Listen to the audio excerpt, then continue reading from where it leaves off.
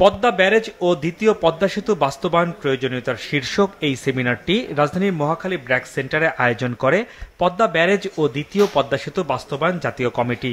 সেমিনারে বক্তারা ওই অঞ্চলের মানুষের নিরাপত্তা এবং জীবন জীবিকা রক্ষায় এটি বাস্তবায়নের তাগিদ দেন। এটা নিয়েই ওয়ার্কিং গ্রুপ দিয়ে প্রস্তাবটা আংশিকভাবে হলো এখনই করা দরকার।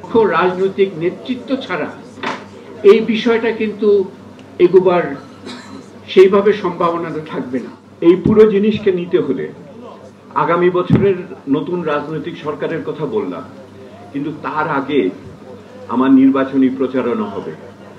আমি প্রত্যাশা করব যে খোয়ামের মতো মানুষরা এবং এখানে যারা উপস্থিত আছেন অংশীজনরা, তারা এই প্রকল্পটিকে প্রত্যেকটি রাজনৈতিক দলের নির্বাচনী ইস্তেহারে যাতে স্থান পায় সেটা চেষ্টা করবে। এতে বিএনপি মহাসচিব মির্জা ফখরুল ইসলাম আলমগীর বলেন, পদ্মা ব্যারেজ ও দ্বিতীয় পদ্মা সেতু বাস্তবায়নের জন্য রাজনৈতিক অঙ্গীকার সবচেয়ে বেশি প্রয়োজন। জনগণের মধ্য থেকে এই দাবি উঠলে তা সম্ভব। 7 বারের প্রায় এটা ফিজিবিলিটি স্টাডি হয়েছে, এর উপরে আলোচনা স্টাডি হয়েছে, কিন্তু দুর্ভাগ্যক্রমে এখন পর্যন্ত আমরা সেটা ঠিক একটা ডিসাইসিভ কোনো জায়গায় আসতে পারি। এই কাজগুলোর জন্য সবচেয়ে বেশি যেটা প্রয়োজন হচ্ছে পলিটিক্যাল কমিটমেন্ট। রাজনৈতিক কমিটমেন্টটাই হচ্ছে সবচেয়ে বড় প্রয়োজন, সেটাই দরকার। এবং সেটা তখনই তৈরি হবে যখন সেটা জনগণের মধ্য থেকে উঠে আসবে এই দাবিটা। এটাও কিন্তু অত্যন্ত জরুরি।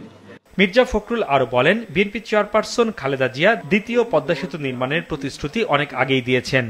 8 কোটি 9 কোটি মানুষের জীবন জীবিকা তার কি অবস্থা দাঁড়াবে, সবকিছু মিলিয়ে এই পদ্মা ব্যারেজ এবং পদ্মা সেতু এর যে প্রয়োজন এটা আমরা একটা উপলব্ধি করেছি। দলের বর্তমান চেয়ারপারসন দেশনেত্রী বেগম খালেদা জিয়া তিনি অনেক আগে দ্বিতীয় সেতুর কথা কমিট করেছেন, তার কমিটমেন্ট আছে।